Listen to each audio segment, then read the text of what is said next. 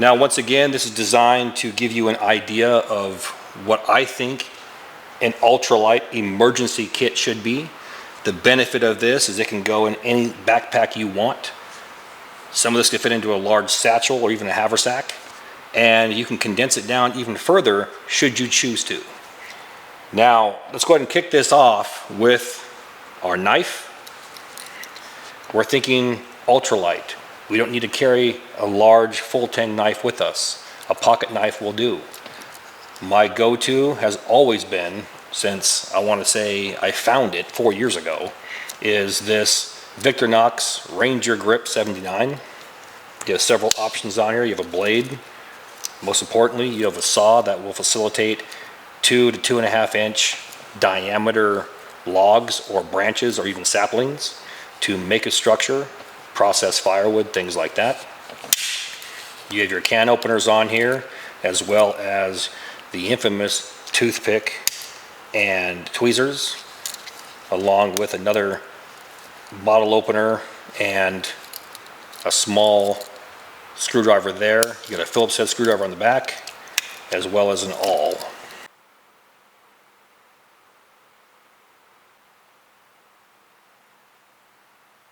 Next item is some type of fire starter, and I've talked about this several times. A Bic lighter, instant gratification. Flick that Bic and you're in the game. And the beauty of this over a Zippo or other type of lighters is that it will float. Now, I keep saying this as well, it sucks to say it, but the less fluid you have in here, the more airspace, so the more buoyant it is. Does that make sense? But do you want to roll out with a half-empty lighter? Probably not. So just keep that in mind, though. Say that's all you have is a half-empty lighter, or it's 1/3 full. It will actually have a better chance of floating in the water with that dead airspace. But a Bic lighter, I'm not going to screw around with flint and steel. I'm not going to mess around with the ferro rod. I'm definitely not going to take a bow drill out there. I want something that will give me flame right now.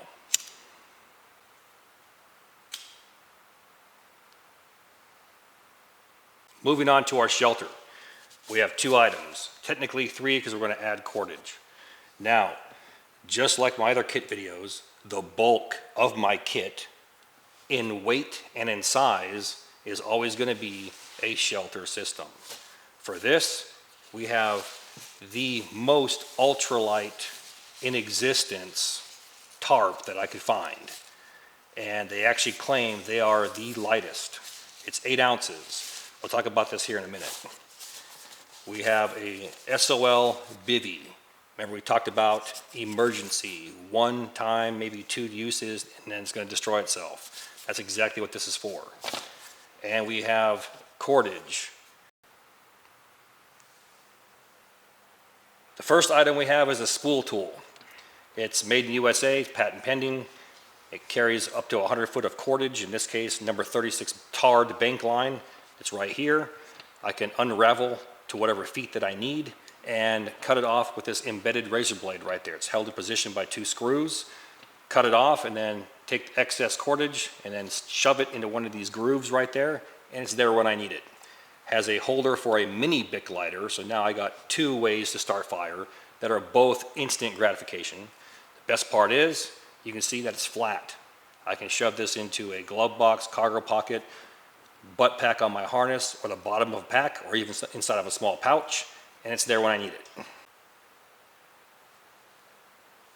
The next item is our SOL bivvy, S-O-L, or shit out of luck.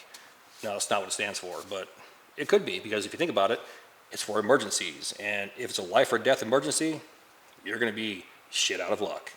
Now, it's basically a reflective space blanket made into a miniaturized lightweight sleeping bag. Yes, if you're a certain size human being, then you may not fit inside this. But I'm 6'1", 225, and I can squeeze my fat butt into this, and there's a little bit of room left over to turn around and move around. If I was weighing about 270, probably not. Okay, so for what it's worth, just think that over. I have no idea if they make larger ones. I think this is pretty much standard size. They make these in different colors. I'm not going to open this and climb into it because then it's a nightmare to get back in here. But I'll show you a picture right here of what it looks like. So you can see that if you're wearing boots or if you were to toss and turn in the night or there were sticks, it could puncture this, it could rip the seams out. Again, it's for emergencies, and you're only going to get 1 to 2, probably maybe 3 if you're lucky, uses out of this before it's destroyed. So keep that in mind.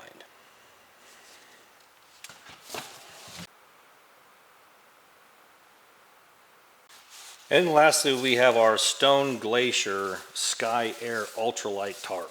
Now, I'm going to say this right up front. It's pricey. We're talking like $140, $150-ish, all right? But in my opinion, you're not going to find anything lighter than this. This is 8 ounces. And it comes with your stuff sack, and you have your garbage aluminum stakes right here. I say garbage because they're those real small shorties about that long. And I don't care for those unless you have perfect soil conditions. These things aren't really worth anything in my opinion. See these right here?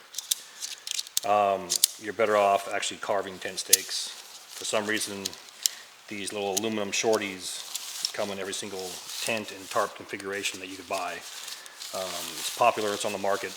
Everybody seems to like them. I just don't care for them because where I live at, if you have loose soil, those things are going to pull right out of the ground.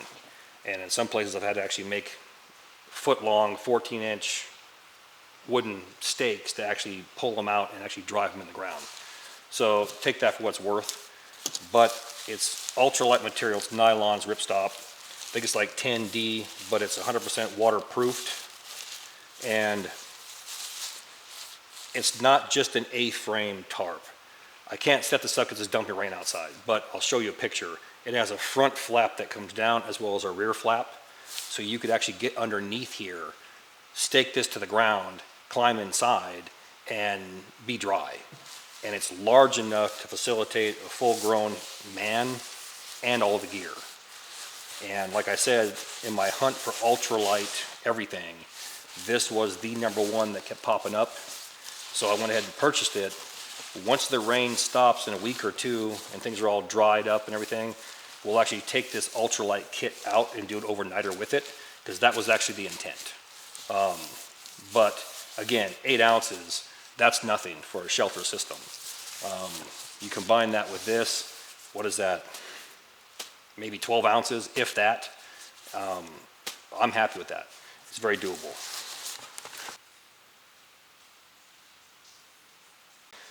Let's talk containers. Now, there's a myth going around that you have to have a stainless steel wide mouth bottle in order to be in the outdoors, be in the woods, be a bushcrafter, be a survivalist or survival instructor, and that's not true at all. A lot of ultralight guys carry plastic bottles. However, they have some type of metal container or implement to boil and cook food. And that's exactly what the US military came up with eons ago. Once they moved away from aluminum canteens and stainless for a short period, they moved into plastic. However, they still had a stainless steel canteen cup with butterfly handles. All right, so this is nothing new. This wasn't invented 10 years ago. This has been around since right around the start of Vietnam War, maybe even before that.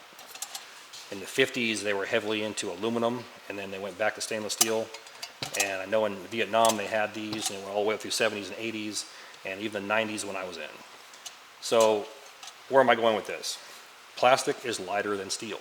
Just pair it up with some type of stainless steel container or canteen cup that you can cook and boil water in.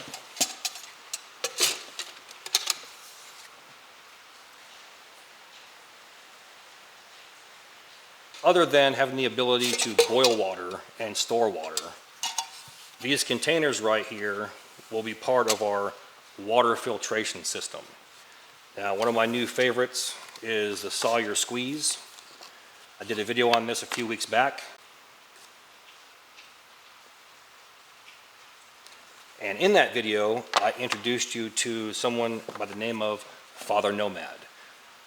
Those of you that know him, he needs no introduction. He has several 3D printed items available on his website, His website will be in my video description box. And in that video, I showcased different options that were compatible with the Sawyer squeeze bag and filter. Compatible meaning these adapter collars. They will thread onto most containers. There was one specific one that I showed in that video, and I kind of hinted around at this one right here. So this second video is going to refer back to the first one in the fact that you go to Father Nomad's website and you can purchase this adapter as well. All it does, if you carry a canteen like this or a bottle with, I want to say like a 2-liter bottle, you can thread this onto it, take your filter into that one, go out, collect your non-purified water, apply that to the back end, and it will thread right onto a U.S. military 2-quart or a military 1-quart or a 2-liter bottle. And now you can take your dirty water, get it through the filter, and you have fresh purified or filtered water in your container. So if you're hiking around, you see a creek or a stream or a pond or a lake, you have the ability to get water all the time without sitting there making a fire, going through the whole process, boiling the container, dumping it into here, or if you have a wide mouth 1-quart bottle, boil the bottle, take it back out, wait 35, 45 minutes, let it cool down, then you can drink it, and then do it again, and then wait, and then store it in your bag, and then hop out of there. Here you can just get that water purified right now, just like your Bic lighter. Instant gratification, one and done, and you're back on that trail. So once again, Father Nomad is the one that's been selling these for over 4 years. There's been several companies that tried to, hop in there for a piece and copy it, but he's the original OG, and his link will be in my video description box. Hit him up, tell him I sent you. You can get this adapter and several others, like we're showing in my video, on his website.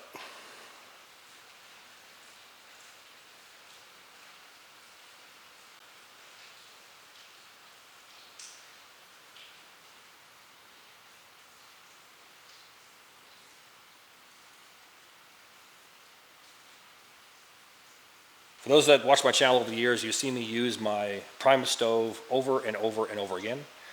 We had a small rubber seal issue about 2 years ago, and I replaced it, and it works fine.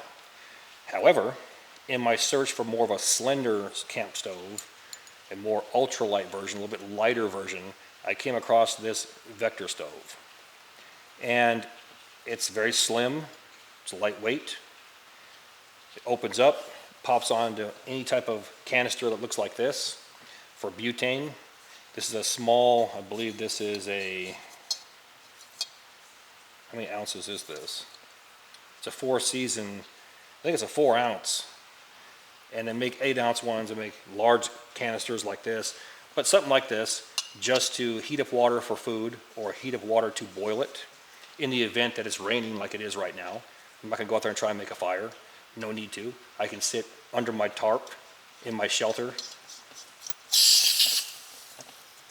get this thing hooked up, and then go ahead and turn it on.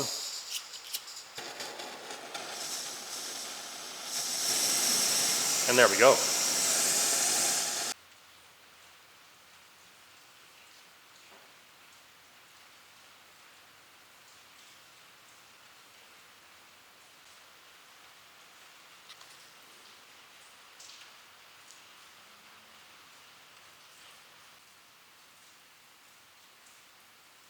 Moving right along, notebook and pen or some way to journal what's going on for the day or what you find out in the woods or where you're going. These come in all shapes and sizes. We're looking at an ultralight kit, so I want to go as small and as light as possible. I prefer the Write in the Rain because the pages are waterproof. You can write on it with pencil or a pen, and for the most part, I have no complaints, except one, the price. These are pricey. Can you find something cheaper? Yes. Put it in a Ziploc bag, make it waterproof? Yes. So do what you can afford and what you think is best. If you feel the need to go out there with some 8.5 by 11 journal or notebook to write in, be my guest. However, this has been used for decades and decades and decades, and it will suffice and save you money as well. Just if I'm going to be going out 5 miles, I want to walk the creek bed, I'm going to write down my azimuths so I can get my reverse azimuth. I'm going to write down what I found at those locations. I found bow drill material, I found fire starting material, I found a nice flat area I can camp in, I found a water source, things like that. Nothing too technical, but just a way to track your adventure for the day. That way you can refer back to it or go back to those locations. Again, go as big or as expensive as you choose to. Next, I threw in a trash bag. Now, this is completely optional. It can be used to pack your trash out. It can be used to place most of these items inside of it, waterproof it, and then place it into your pack. You could take this, fill it full of leaves, and you have some type of bedding to keep your body off of the ground, to do away with that conduction or your body's contact with the ground where it whisks away the heat off your body and you become cold. This has a million uses. You can pop a hole in it, put it over your body, and now you have improvised rain gear, and so on and so forth. Again, completely optional. If you want to do it, do it. If not, don't worry about it.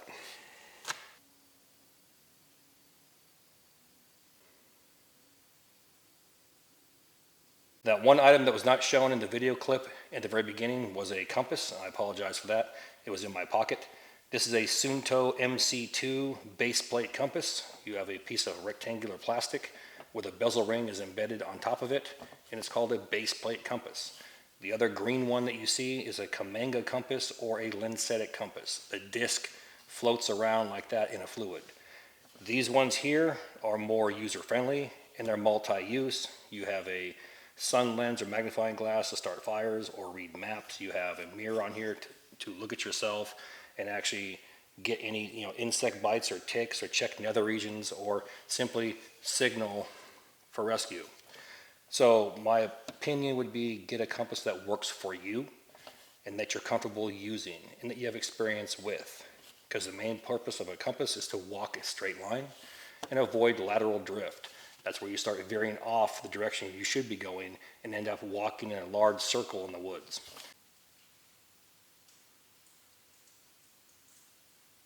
And next to last, food. Once again, the magical word intent. What is my intent? I want to be ultralight and I want to have an emergency kit. So that means I'm going to want some type of ultralight meals. Now this right here says best used by March 2054, as long as it's sealed up. We have 2 servings in here. Most times it's always 1 serving. But we're looking at 36 grams of protein for both servings. And all you do is add hot water. This one right here, 35 grams protein, 2.5 servings, pasta Alfredo. Again, just add water. Wait about 10 minutes and you're in the zone. And some type of utensil. This is a fork. It comes with a fork, knife, and spoon set from Dunham Sports. I think it was like $4 or $5 for the set. I just kept the other ones, took the clip off, and put them in my vehicle.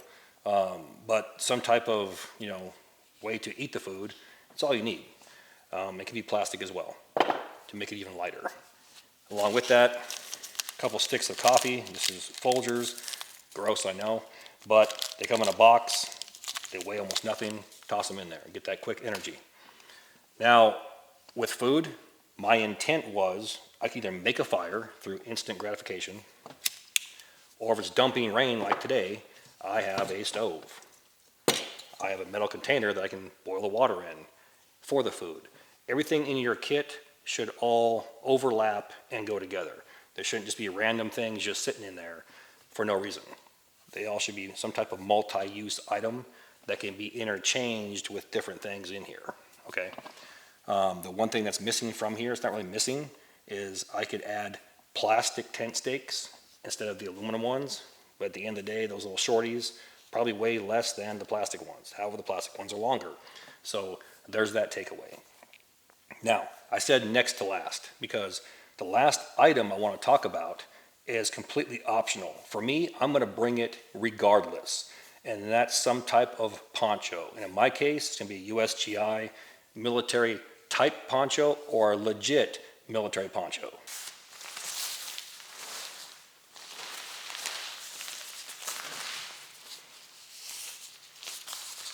There's more options than just wearing it, although that's primarily what it's for. It's a morale booster. Do I want to walk around in the rain like today and be soaking wet? Or do I want to have something over my body, over my pack, keeping those core items that I need nice and dry? It can also double as a shelter. You can do an A-frame, lean-to, or a plow point shelter. Snap 2 or 3 of these together and you can make a small teepee out of it. Or even a large A-frame shelter with a bottom, like a gigantic tube tent. One of my favorite things to do with this is lay it down, fold it over, button it up, and stuff it full of leaves. Now you have a browse bed. Once again, the same idea for this one, filling it full of leaves. We now have a body size browse bed that you can lay on, especially when the weather gets cold. That will keep you off the ground. So there's quite a few options with this. It weighs ounces. In my opinion, why not carry it for a secondary shelter option or simply just to keep your body dry? And you can fold this thing up into the size of a softball if you want to. And it's no larger than the Sol Bivy or my Stone Glacier tarp. Now, altogether, this setup right here weighs around 5 pounds. That's 5 pounds without the water. That's 5 pounds without a backpack. So with all of that, you're looking under 7 pounds. Now, in my opinion, for an ultralight emergency kit, this meets all of my needs. There's also this really sick fantasy going around. I've seen people do it. Well, I'm going to go out and survive with 2 items or 1 item or 5 items. Can you do all that? Yes. You're not going to do it long term, first off. And second, the problem for me is you're not going to be comfortable. You're practicing misery. Some will look at this and be like, I won't be comfortable. And if you're not comfortable, then don't try to do it. I'm just trying to give you an idea of a kit that should meet all of your basic needs, including food, for a day or 2 in case that emergency occurs. But most importantly, give you room in your pack for everything else you want to bring for that day out, that hike, that fishing trip. Once again, I'm a non-believer in you should have a 25-pound pack of survival gear, then add to it and go out and have fun for the day. Again, if you can't carry 25 pounds for 5 or 10 miles comfortably, you're not going to all of a sudden do it and then add to it. Make sense? So get out there, practice with the gear, find out what works for you, take this idea, add to it, take away from it, and ultimately, that's what it's for at the end of the day, to give you an idea of what an ultralight emergency kit should be. In my opinion, it should be under 7 pounds, including your backpack. All right, so October 15th is right around the corner, and I've been saying it. Survival Mastery Online. We have the website and the YouTube channel. Both of those are found in my video description box. If you go to that YouTube channel, go there, like, subscribe, hit that notification bell. You're going to get tip and trick videos, meet the trainer, video teasers, discounts, so on and so forth. Then check out the website. Use this code right here, Sean 2024. Once again, Sean 2024. If you take advantage of that discount code now, you're going to get a 25 to 50% discount on everything on that website October 15th for the duration of your subscription. Most people, they're going to wait and then see what's about, jump on it, and it's too late for a discount. Take advantage of it. Seize the opportunity. Once again, Sean 2024. The YouTube channel and website for Survival Mastery Online are both found in my video description box. Let's get out of here. With that, all the gear in my videos can be found in 2 places. 1, my Amazon affiliate page, and 2, my Etsy store. Both links are found inside my description box. Now please do me that favor. Hit that like and subscribe button, then ring that notification bell. Once you ring that bell, please select all notifications. And as always, thank you for your comments, views, and support. Thanks for watching. Get out in the field, have some fun. I'm going to catch you next time.